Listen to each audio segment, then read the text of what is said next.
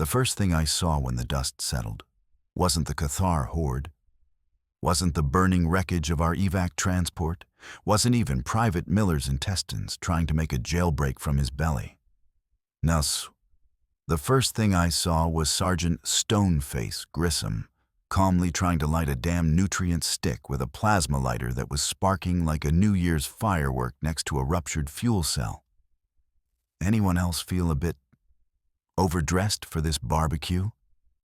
He grunted, finally getting the stick to smolder. That was Grissom for you. If the galaxy was ending, he'd complain about the draft. Around us, Outpost Zebra was a goddamn ruin. What was supposed to be a fortified comms relay looked like a giant had taken a bite out of it and then used it as a spittoon. The air thrummed with that high-pitched chittering the bugs made, getting closer. Miller was gurgling, trying to stuff himself back together. Doc Chenko, bless her masochistic soul, was already on him, slapping on synth skin patches and muttering something about suboptimal field conditions. Mac, Grissom's voice cut through my daze. You still with us? Or are you composing a sonnet about the pretty explosions? I shook my head, the ringing in my ears slowly subsiding. Just admiring the local architecture, Sarge. Real minimalist approach. He almost smiled. Almost. Good. Grab your rifle. Looks like the welcoming committee is early, and they didn't bring wine. The magnetic storm overhead was painting the sky in shifting, ugly bruises of green and purple, making our fancy targeting systems about as useful as a screen door on a submarine. This was going to be old-fashioned, bloody, and probably short. I chambered around, the familiar clack-thunk a small comfort in the growing chaos. The first wave of Cathar drones, the smaller, skittering bastards, poured over the demolished perimeter wall, their multiple red eyes glowing with malice. Right then, I muttered, sighting down my barrel. Let's give these cockroaches something to write home about. The symphony of human defiance and alien rage was about to begin, conducted with kinetic rounds and sharp, pointy bits. It was just another Tuesday in the Terran Shock Infantry. Or maybe it was Thursday. Time tended to get a bit wibbly when you were about to be eaten. Contact front! Someone screamed over the comms, a rookie by the sound of it, his voice cracking like cheap synth glass. No kidding, bright eyes, I grumbled, squeezing the trigger. My rifle bucked, sending a high-velocity slug into the lead Cathar drone. It exploded in a shower of ichor and chitin, skidding to a halt just shy of our makeshift barricade. The ones behind it didn't even pause. They just crawled over their fallen comrade. A wave of chittering, multi-limbed death. Diaz, on your left. Heavy! Grissom barked, his own rifle spitting fire. I risked a glance. A larger Cathar, one of the warrior types with thicker plating and what looked suspiciously like bone swords for forelimbs, was trying to flank Private Diaz, who was busy trying to unjam her oversized support weapon. Got it! I yelled, pivoting. 2 quick shots to the leg joints, a weak spot we'd learned about the hard way on Kepler 7b. The beast stumbled, roaring in what I assumed was alien for, damn it, my knee. Diaz finally got her weapon singing, a stream of caseless ammo tearing into the warrior's exposed flank. It shrieked, a sound like metal tearing, and collapsed. Thanks, Mac, she yelled, a wild grin on her face. Buy you a synth beer if we make it out of this. Make it a real one, I shot back, and you've got a deal. The problem with Cathar wasn't just their numbers, or their claws, or their generally unpleasant demeanor. It was their sheer, bloody-minded persistence. You could kill 10, 100, 1,000, and they'd just keep coming. They didn't seem to understand the concept of retreat, or maybe they just didn't care. We were dug in behind the wreckage of a supply hauler, the metal groaning under the occasional stray energy blast from their heavier bioweapons. Each blast left the air smelling like ozone and burnt toast.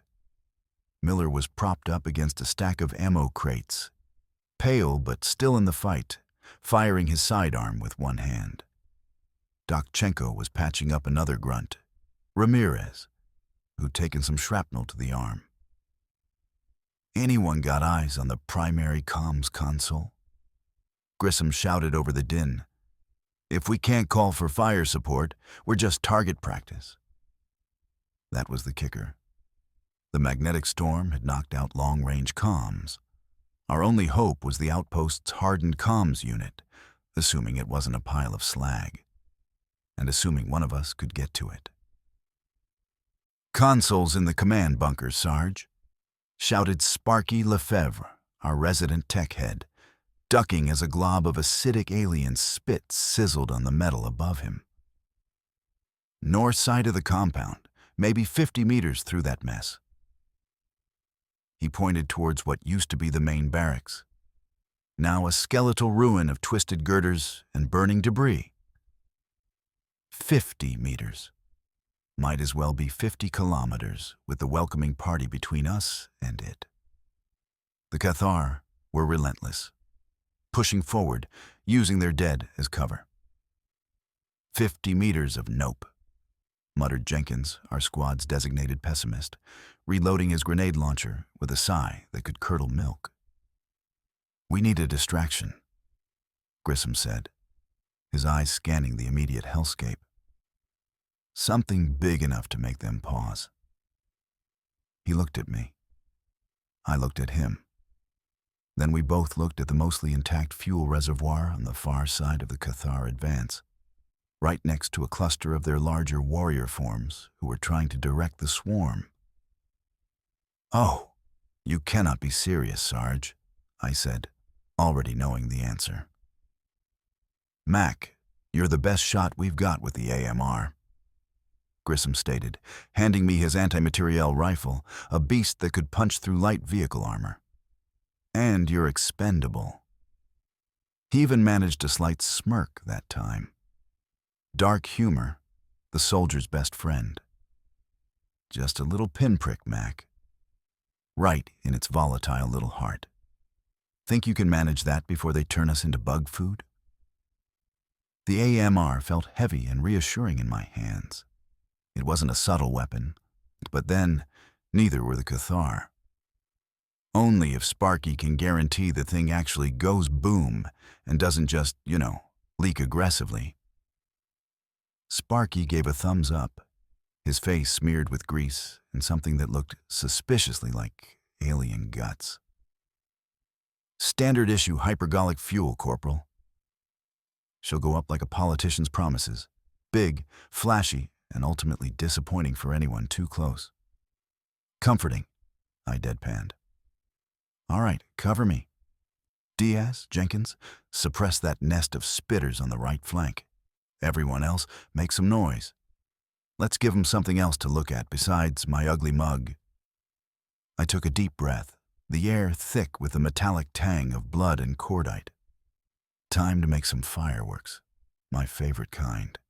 The kind that solved problems, violently. The covering fire started, a cacophony of kinetic rounds and grenade thumps. It wasn't much, but it was enough to make some of the bugs hesitate, their multifaceted eyes trying to track the new threats. I sighted down the AMR's scope, the enhanced optics cutting through some of the dust.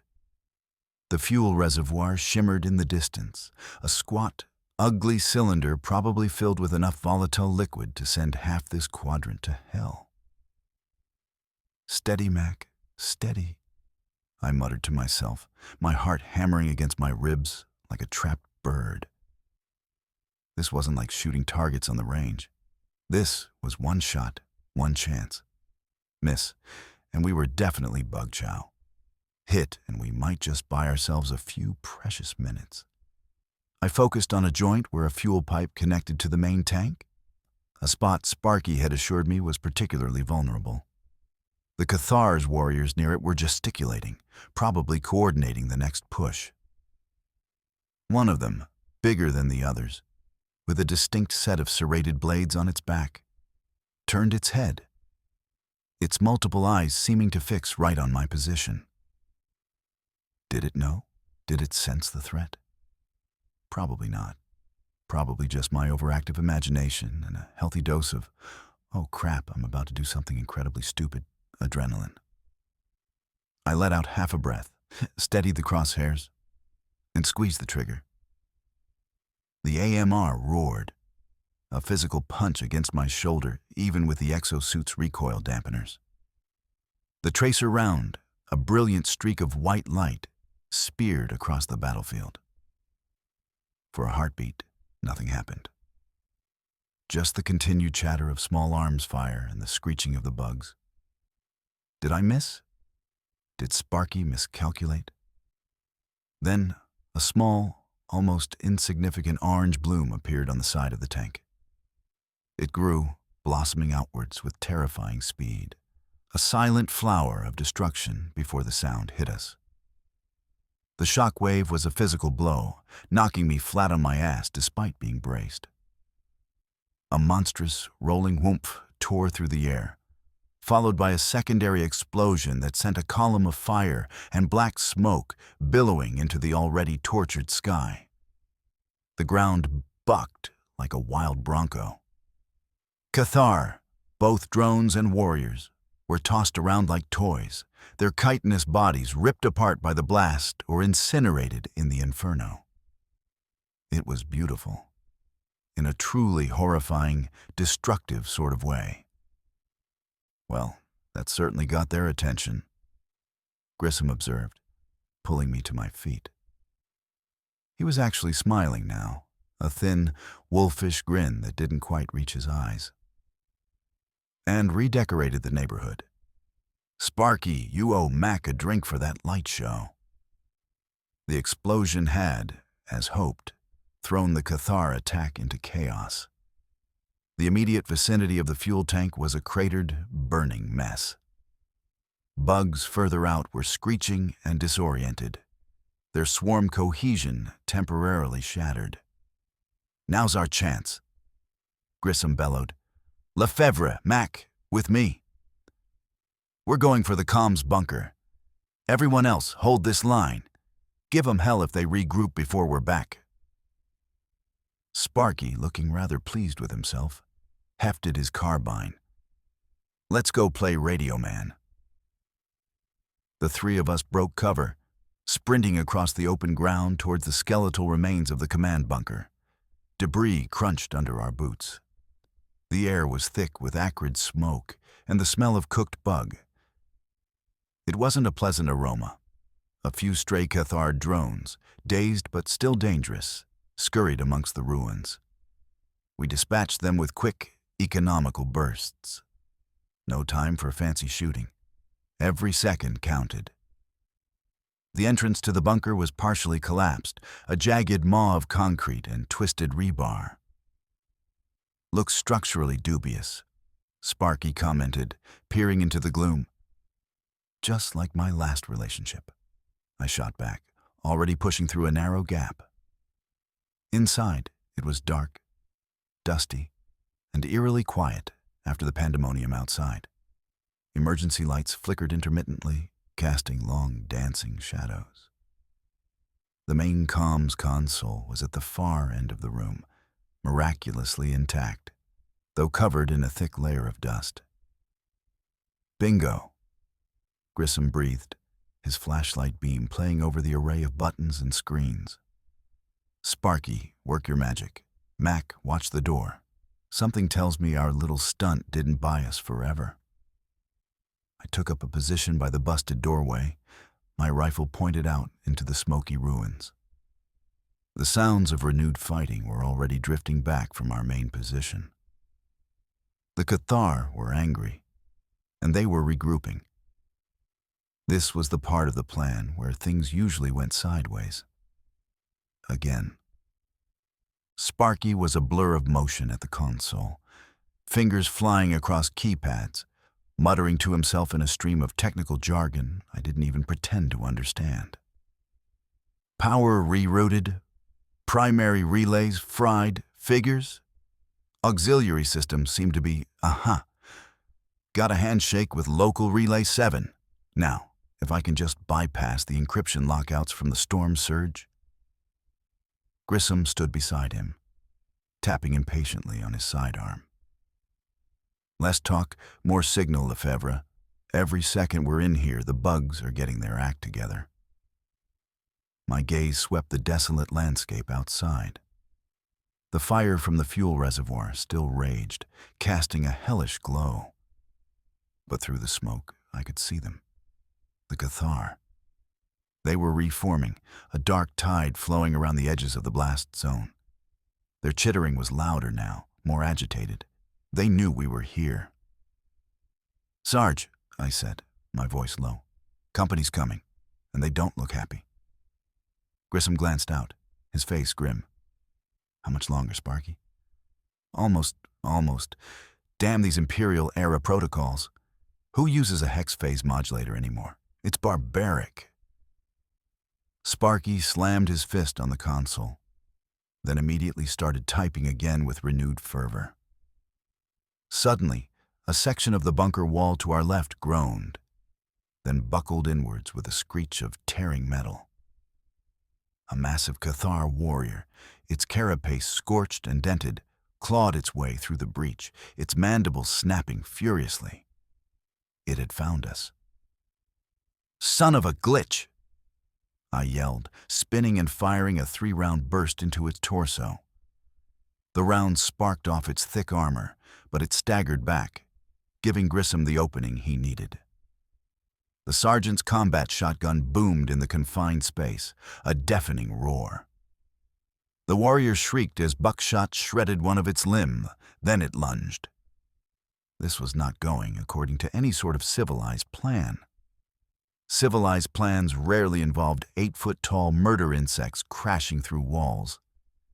This was rapidly devolving into a very personal and very loud argument about property rights and personal space. And we were losing the argument about the wall. The Cathar warrior, despite its injuries, was a whirlwind of claws and fury. Grissom met its charge, his shotgun barking again at point-blank range. The blast tore a chunk out of the bug's shoulder, and it stumbled. But one of its remaining forelimbs, sharp as a razor, lashed out. Grissom cried out, his shotgun clattering to the floor as the claw raked across his chest plate, sending sparks flying. He staggered back, clutching his chest. "Sarge!" I yelled. But another Cathar, smaller but just as vicious, was already scrambling through the hole in the wall. No time to be a hero, Mac. It's just time to shoot. I put a burst into the newcomer, and it crumpled. But the big one was still coming, eyes fixed on Grissom. "Got it!" Sparky suddenly yelled, almost triumphantly from the console. "Signal out!" Encrypted burst to the Dauntless. They have our coordinates. They know we're alive. That was the good news. The bad news was the giant, very angry and very wounded insectoid currently bearing down on my sergeant, who was fumbling for his sidearm with his left hand, his right arm hanging uselessly. I didn't have a clear shot without hitting Grissom. Decision time. A bad one, probably. I dropped my rifle, drew my combat knife, 10 inches of Terran-grade get stuffed, and charged. Yelling some incoherent battle cry, probably something about its mother. I leaped onto the Cathar warrior's back. It was like trying to rodeo a particularly spiky, ill-tempered bulldozer. The beast thrashed, trying to reach me, its claws scrabbling at its own carapace. I clung on for dear life, stabbing repeatedly at the thinner chitin around its neck joints. Black ichor sprayed, smelling like burnt circuits and regret. It shrieked, a horrible grating sound, and slammed itself backward against the remains of the wall, trying to crush me. Stars exploded behind my eyes. My grip loosened. This was, objectively speaking, a terrible idea. But sometimes, terrible ideas were all you had left in the toolbox. My helmet comm crackled. "Mac, status! I know what in the seven hells is going on in there." It was Diaz, her voice tight with anxiety. "Just redecorating," I gasped out, driving the knife deeper. The Cathar warrior let out one final gurgling shriek and collapsed, its massive weight nearly pinning me. I scrambled off, ribs aching, vision swimming. Grissom was on one knee, pistol out, covering the breach. Sparky, surprisingly, had grabbed a fallen length of rebar and was poking warily at the twitching corpse of the second bug. "Signal confirmed sent?" Grissom rasped, wincing as he tried to straighten up. "Confirmed, Sarge," Sparky said, eyes wide. "ETA on any kind of response?" "Well, that's classified above my pay grade. But they know." "Good enough," Grissom grunted. He looked at me. "You all right, Mac?" That was unorthodox. "Peachy, Sarge. Just working on my alien acupuncture skills." I retrieved my rifle, my hands shaking slightly. The adrenaline was starting to wear off, replaced by a bone-deep weariness and a collection of new aches and pains. We need to get back to the others. That breach isn't going to hold them off for long. Outside, the symphony of battle was reaching a crescendo. The Cathar were pressing their attack, no doubt infuriated by the explosion and our continued defiance. The fire from the reservoir was beginning to die down, robbing us of its grim illumination and, more importantly, its deterrent effect. We were 3 soldiers, one of us seriously wounded, in a crumbling bunker, with an entire pissed-off alien horde between us and the rest of our squad. Standard operational snafu. "All right, new plan," Grissom said, looking at the fresh hole in the wall. "We don't go back the way we came. We go through." He nodded towards the interior of the outpost, deeper into the ruined structures.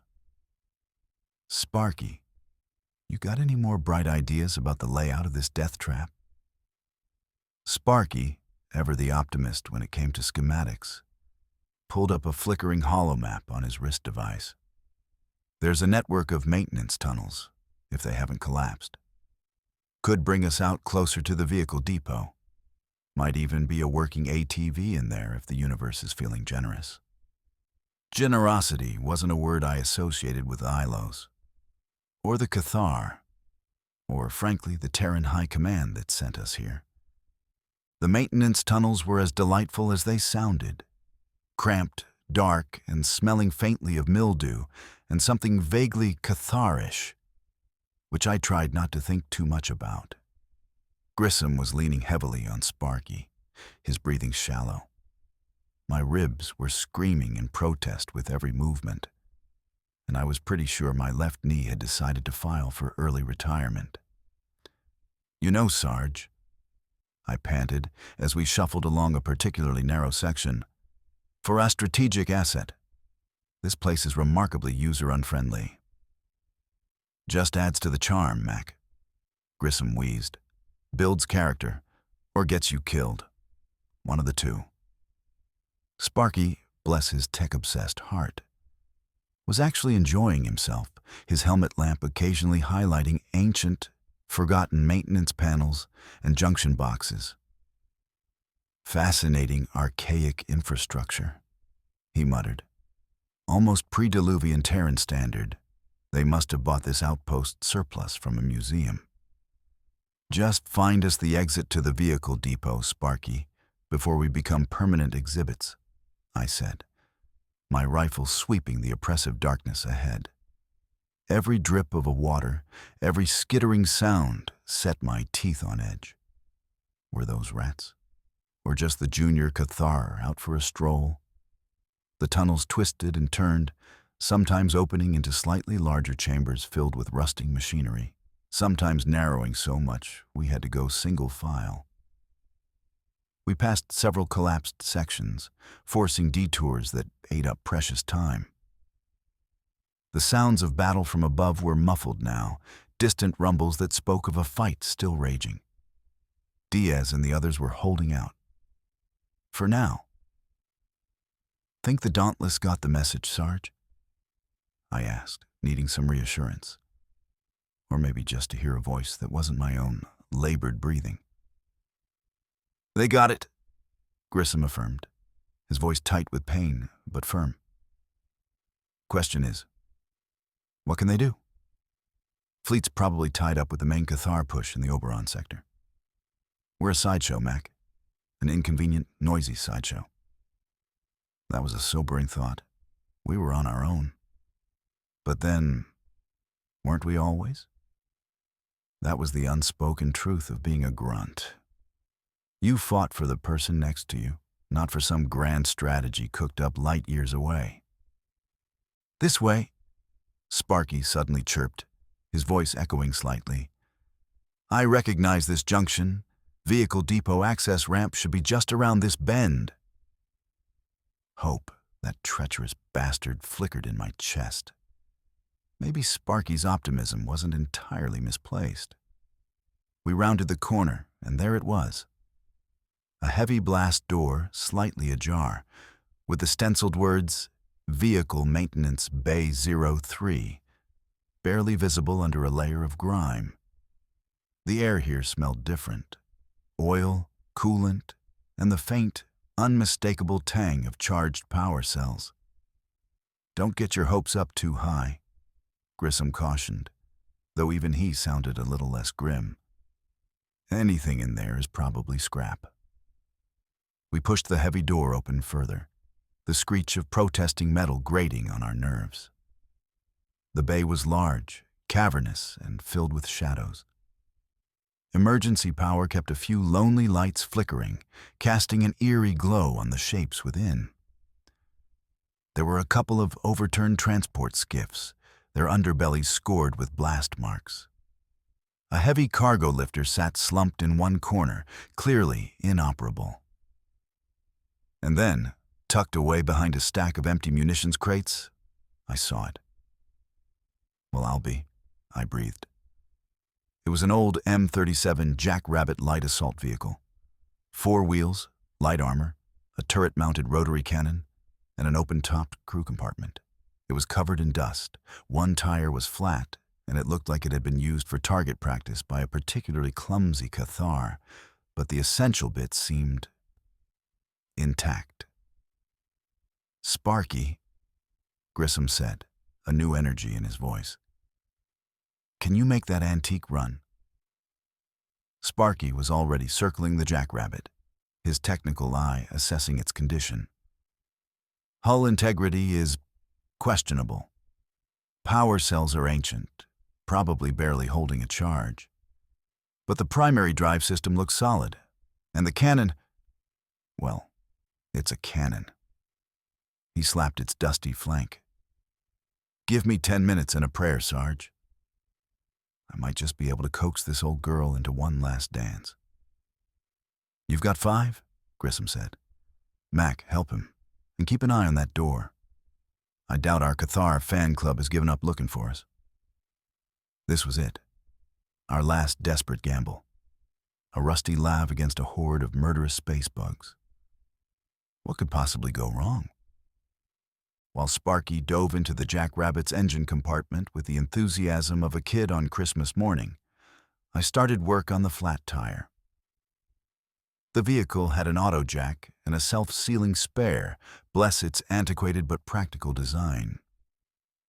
Still, manhandling the heavy armored wheel into place with protesting ribs was no picnic. Grissom, propped against a crate, was trying to raise Diaz on the squad comms, his voice strained. "Baker 6, this is Baker Lead. Do you copy?" Baker 6, report. Static. Then faintly, Diaz's voice, broken by weapons fire. "Ed, this is 6, under heavy, east perimeter, Ammo critical. How long? Hold tight, 6. Grissom replied, his voice gaining strength. We're mobile. Inbound your position with a surprise package. ETA, soon. Just hold on. He looked at me. Soon better be damn soon, Mac. Working on it, Sarge? I grunted, finally torquing the last lug nut on the wheel. Sparky, how we looking on that resurrection? From under the hood came a series of coughs, a sputter, then a surprisingly healthy roar as the Jackrabbit's engine rumbled to life. It was loud, unsubtle, and the most beautiful sound I'd heard all day. Sparky emerged, grinning, covered in grease. She lives! Power cells are draining faster than my bank account on payday, but she'll move. Good enough. Grissom hauled himself up. Mac, you're driving. Sparky, you're on the gun. I'll supervise. He winced, clutching his chest. Let's go remind those chitinous bastards why Terrans are apex predators. We piled into the Jackrabbit, the worn seats surprisingly comfortable. I slammed the gear selector into drive, and the old La Vie lurched forward. The steering was sloppy. The suspension creaked alarmingly, but it was moving. Sparky cackled as he swung the rotary cannon around, its barrels spinning up with a satisfying whine. Time to make some noise, he yelled over the engine's roar. We burst out of the maintenance bay, not with a bang, but with the clatter of an ancient war machine given a new, desperate purpose.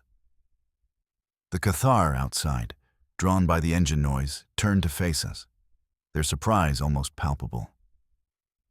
For a moment, they just stared. Then, all hell broke loose, again. Light 'em up, Sparky, I yelled, flooring the accelerator. The Jackrabbit, bless its rusty heart, surged forward with more enthusiasm than I expected, its heavy tires churning through the dirt and debris. Sparky's rotary cannon opened up with a deafening sound. A stream of tracers lancing out and tearing through the ranks of the startled Cathar. Chitinous bodies exploded, ichor flew, and the bugs scattered in momentary disarray. It wasn't exactly a precision weapon, more like a very angry metal storm, but it was doing the job. Yee-haw! Sparky howled, traversing the turret, hosing down a cluster of warriors trying to take cover behind a wrecked transport. Eat Terran lead, you overgrown grasshoppers. Focus, Sparky, focus. Grissom barked from the passenger seat, though I could hear the grim satisfaction in his voice.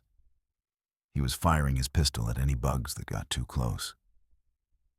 We careened through the ruins of Outpost Zebra, a whirlwind of dust, engine roar, and gunfire. I aimed for the largest concentrations of Cathar, using the Jackrabbit's bulk to scatter them, while Sparky provided a withering cone of fire. It was insane. It was suicidal. It was also working. The bugs, used to static infantry positions, seemed unprepared for a mobile, heavily armed vehicle charging through their lines. Their energy weapons, devastating against entrenched soldiers, struggled to track our erratic movements. Some of them tried to swarm us, leaping onto the Jackrabbit's hull. I swerved violently, trying to shake them off, while Grissom blasted away with his sidearm. One particularly large warrior managed to get a claw hold on the turret, its hideous face appearing right in front of Sparky. Sparky, to his credit, didn't even flinch. He just grinned, depressed the cannon barrel slightly, and gave it a point-blank burst. The Cathar vanished in a red mist. Close encounters of the bug kind, Sparky yelled, wiping ichor off his faceplate. We were taking hits, though. Energy blasts scored the Jackrabbit's already battered armor, and the occasional solid projectile pinged off the hull. Warning lights flickered on the ancient dashboard. But we were getting closer to Diaz and the others. closer to making a difference. There they are, Grissom pointed. Ahead, through the smoke and chaos, I could see the tattered remnants of Baker Company's barricade, a flimsy line of debris and desperate hope. And behind it, Diaz, Jenkins, and a handful of other survivors, laying down increasingly sporadic fire. They were almost out of ammo, almost out of time. The Cathar were massing for what looked like a final push, their larger warriors directing the drones forward. "Sparky, clear a path!" I roared, aiming the jackrabbit straight for the thickest concentration of bugs between us and our squad mates. "With pleasure, driver." Sparky laid into them, the rotary cannon chewing a bloody swathe through the alien ranks. The Cathar, caught between our charge and the defenders, hesitated, their attack faltering. "Diaz, it's us. Get ready to move." Grissom yelled over the comms, his voice raw. A cheer, weak but defiant, came back. We smashed through the remaining Cathar line like a bowling ball through particularly ugly, chitinous pins. I skidded the jackrabbit to a halt beside their barricade, the vehicle groaning in protest. "Everybody in!" "Now!" I yelled. Diaz, her face streaked with grime and alien blood, vaulted into the back, followed by Jenkins and two other grunts, their eyes wide with a mixture of shock and dawning hope. "Never thought I'd be so happy to see this rust bucket, Mac," Diaz shouted, pounding me on the shoulder. "Or your ugly face." "Likewise, Diaz. Now hang on." I slammed the jackrabbit into reverse, then spun it around, tires screaming, as Cathar started to close in again from all sides. We weren't out of the woods yet, not by a long shot. We were just a slightly larger, more mobile group of targets. But at least we were together, and we had a bigger gun. That always helped. The rear of the jackrabbit was now facing a fresh wave of bugs. "Jenkins, you still got rounds for that thumper of yours?" Grissom yelled. Jenkins, grinning like a maniac, hefted his grenade launcher. "Just a few parting gifts, Sarge."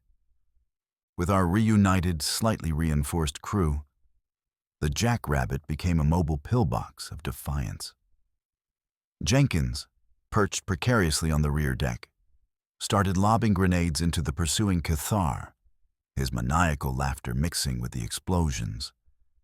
Diaz and the other rescued grunts added their rifle fire to Sparky's relentless cannonade. Grissom, despite his injuries, was directing fire, calling out targets, his voice the steady, gravelly anchor in our storm of chaos.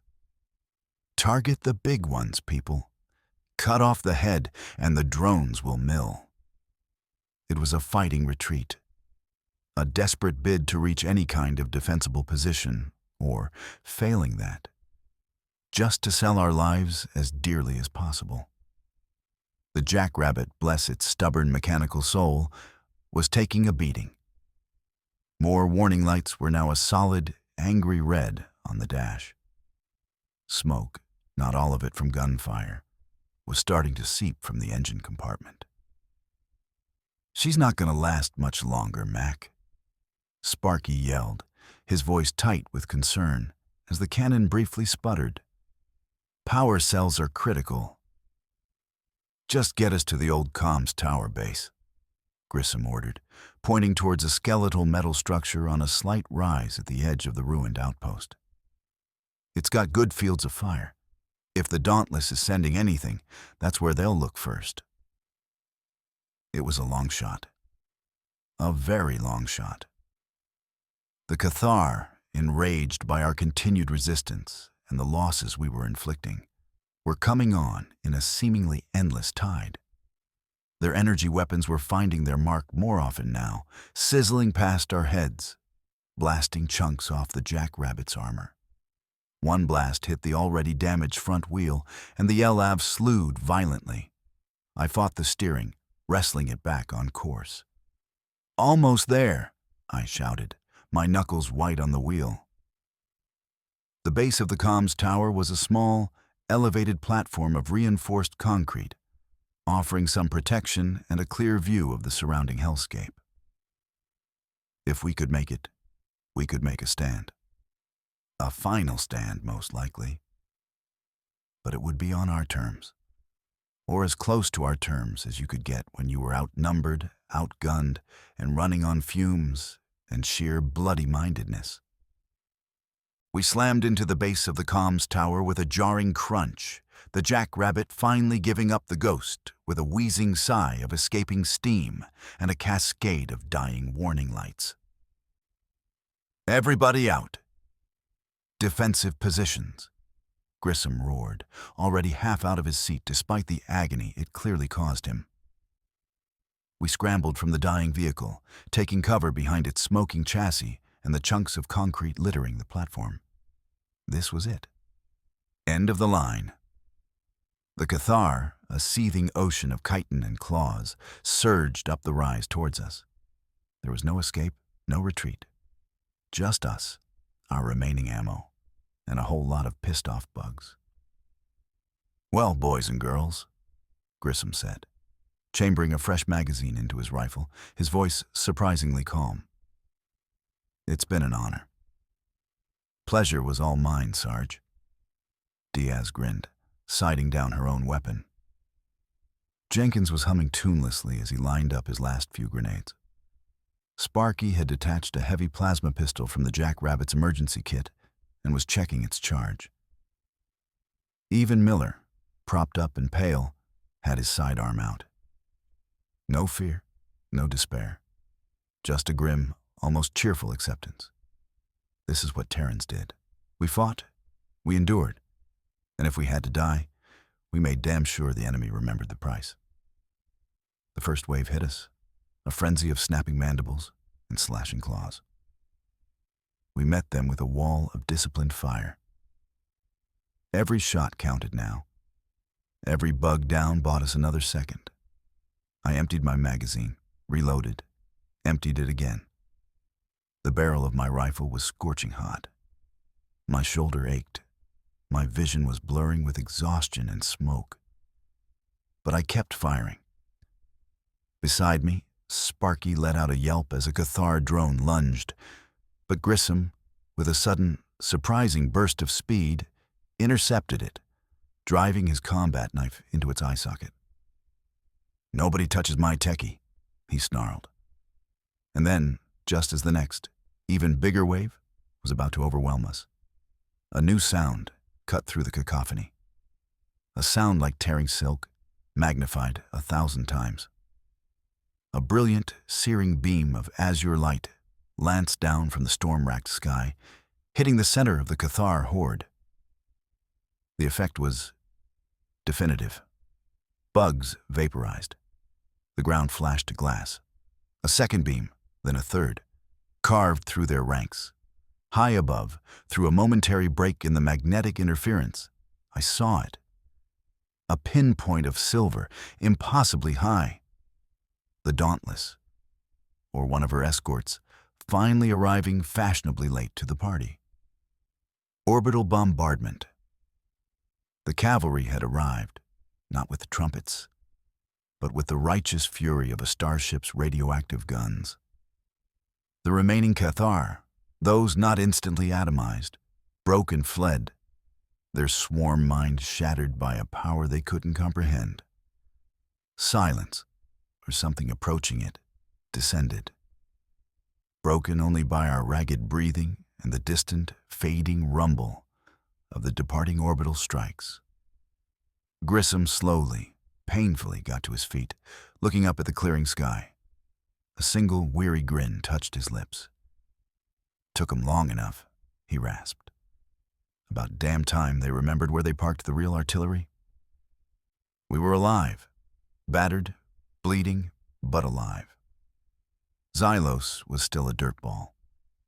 But for today, it was our dirtball. And the bugs knew it.